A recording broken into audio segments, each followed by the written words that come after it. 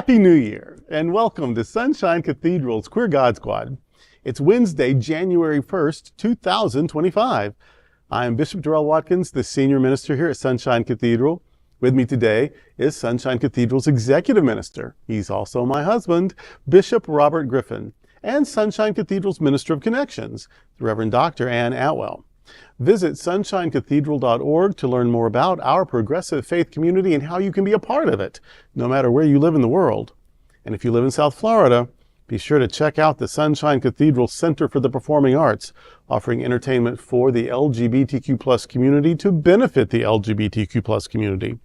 If you enjoy the Queer God Squad, please share this or other episodes with your friends, family, and social media communities. At Sunshine Cathedral, we are here to tell you that you are God's miracle, not God's mistake. This is the Sunshine Cathedral Perspective.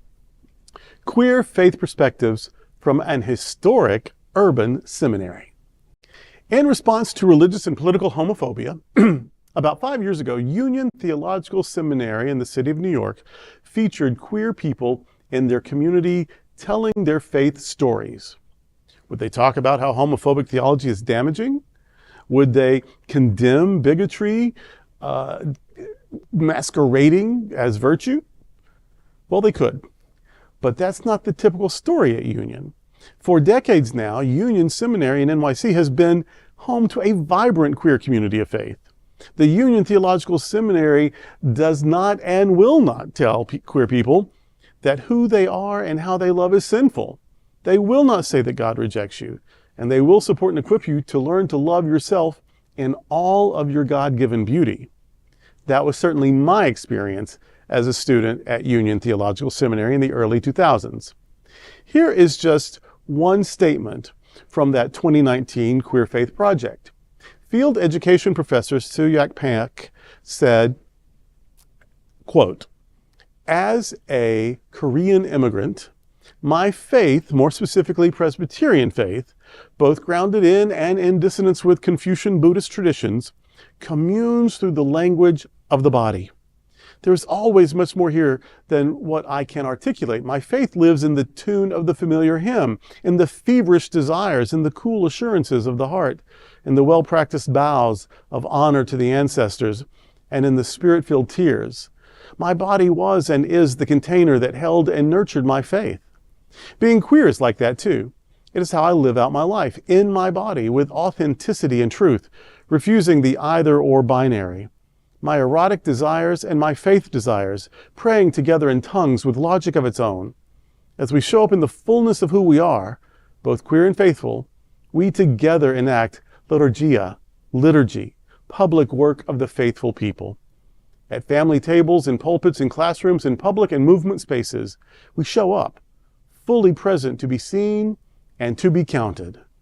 Won't you join me in this sacred liturgy?" End quote. The Queer God Squad invites you to participate in the living, joyful liturgy of living your truth for the world to see. Supak is, she was there when I was there and before. So she's a union institution of her own. And field education, that's where you learn their practical skills. There is a weekly tutorial, and you have a group, and you have discussions, but then you also have hours in a local ministry. And then there's a supervisor for that. So I would do work in New Jersey.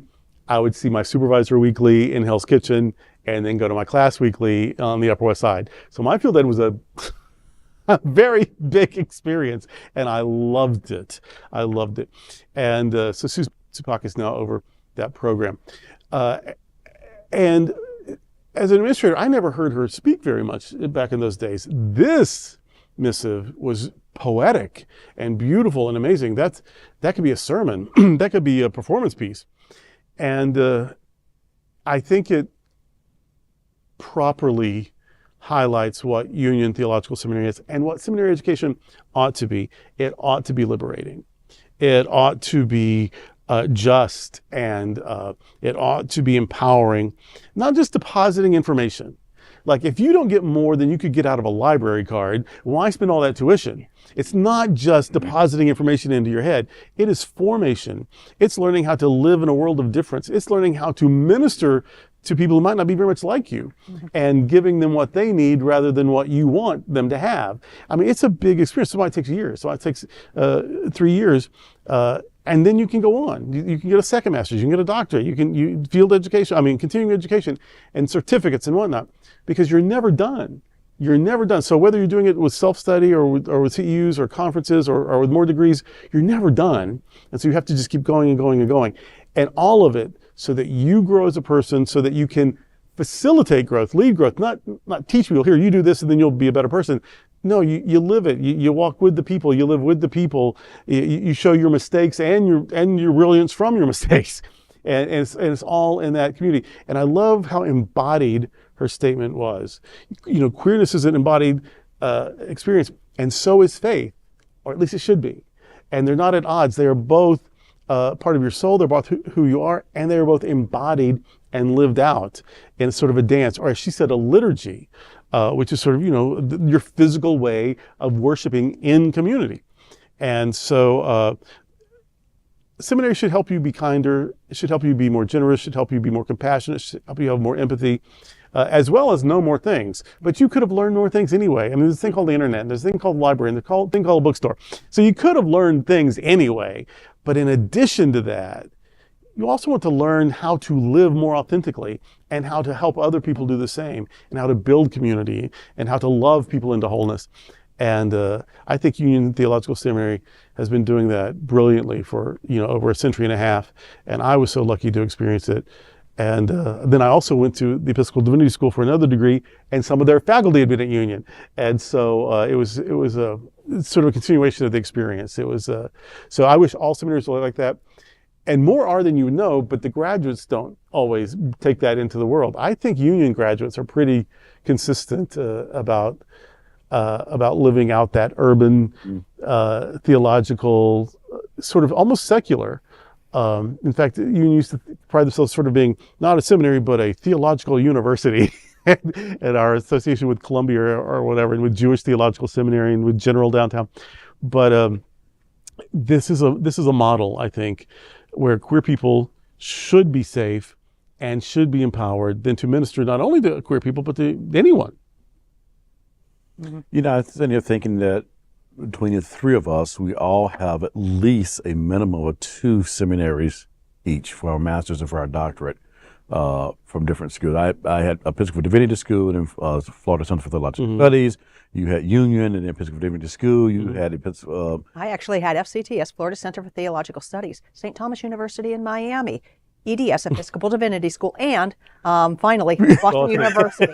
It took you 4 schools to get 2 degrees. And I think, as I was thinking about all of them, all good schools, though. All good schools, and one we had to help grow a little bit around some queer stuff, but they came out by faithful action. But I just think about just the energy in the space, in the community that we held, being queer students in those spaces also, or that we could talk about being queer or explore what it means to be people of faith who are queer, and people of people who are queer who are of faith. And we got to do all that inner talk, that theological, the theo talk, the theological logos talk, and we brought our faith and ourselves, kind of like what you talked about. My faith, I like it. You see this line. My faith lives in the, and I just love that right there. Because the faith, a part of who we are, it lives in it. We can't be. It's like atoms. We can't separate. For me, right. I can't separate that out. I cannot separate my faith from my queerness out. And I think that's a part of how seminary helped to integrate all of that also, and kind of give me the base for the foundation for how I now talk about it, how I now preach about it, how I now live about it. Because for me, I live in a queer world. Yes, I live in a queer world. I live in a queer context, and there's lots of things that happen outside of that. I still live in a queer world. Right. Well, that's our scholarship. I mean, we have a queer hermeneutic for the Bible. We have queer theology for our theological lens. We have queer community for our praxis. I mean, this is a queer ministry. If I'm the only gay person, it's still a queer ministry. Right. I remember when I was going to seminary, and I felt like, and probably was, the only queer person in several of my classes. No, almost and, certainly. Yeah, and I wrote papers about the queerness, and my professors were just not shocked, but this is wonderful. This is unique. You should publish this. I'm like, this is out there. Yeah. This stuff really is out there. You got to look for it. Going from that to the Episcopal Divinity School, where I did the coursework for my DMin, and it was so affirming and open, and I just absolutely loved it. It like you said, you can't step away from your queerness. This is who I am. This is how I live my life, my faith and my queerness. At my seminary degree, it was there. But boy, once I got to EDS, it was celebrated and open. It really made such a difference, I think, in the work that I do and continue to do. I want to, there's two little stories that, Kevin's not here. Kevin usually ends his talk with a quick story, and then he tells a long story. We miss Kevin. Well, I got a quick story, which is really two stories, and I don't know that either one of them is quick. But they're Union stories, because I did live there, for years. And one, it's the power of living your queerness out loud in a space that is queer friendly, but not necessarily only queer, right? So Union was a safe place to be who you are, and you could find your space, but then you also have to deal with other people.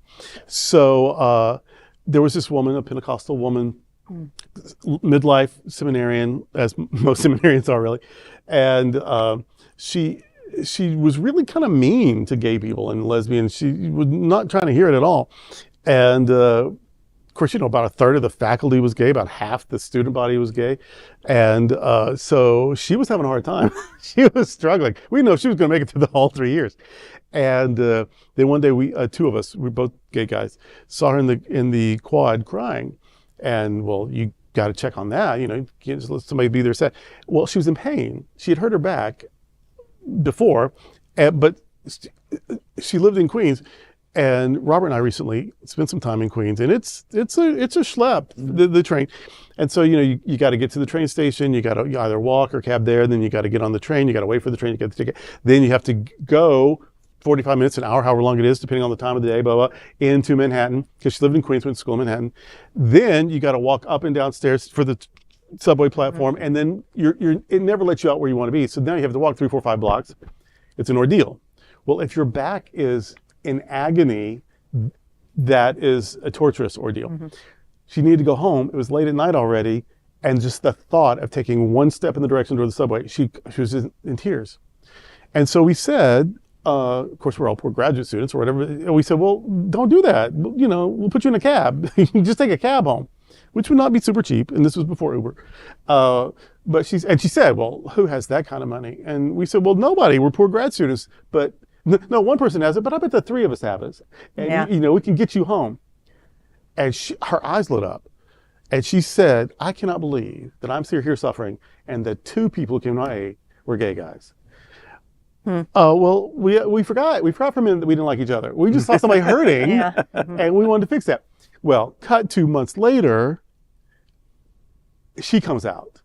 Not as gay, but as the mother of a gay person who had not behaved well when he came out to her.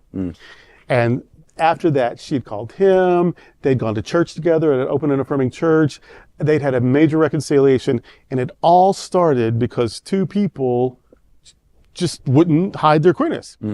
And the queerness that annoyed her eventually saved her. I don't know that we would have been as compassionate as we are, or since, if not for what we have lived through or whatever. And so there's that story.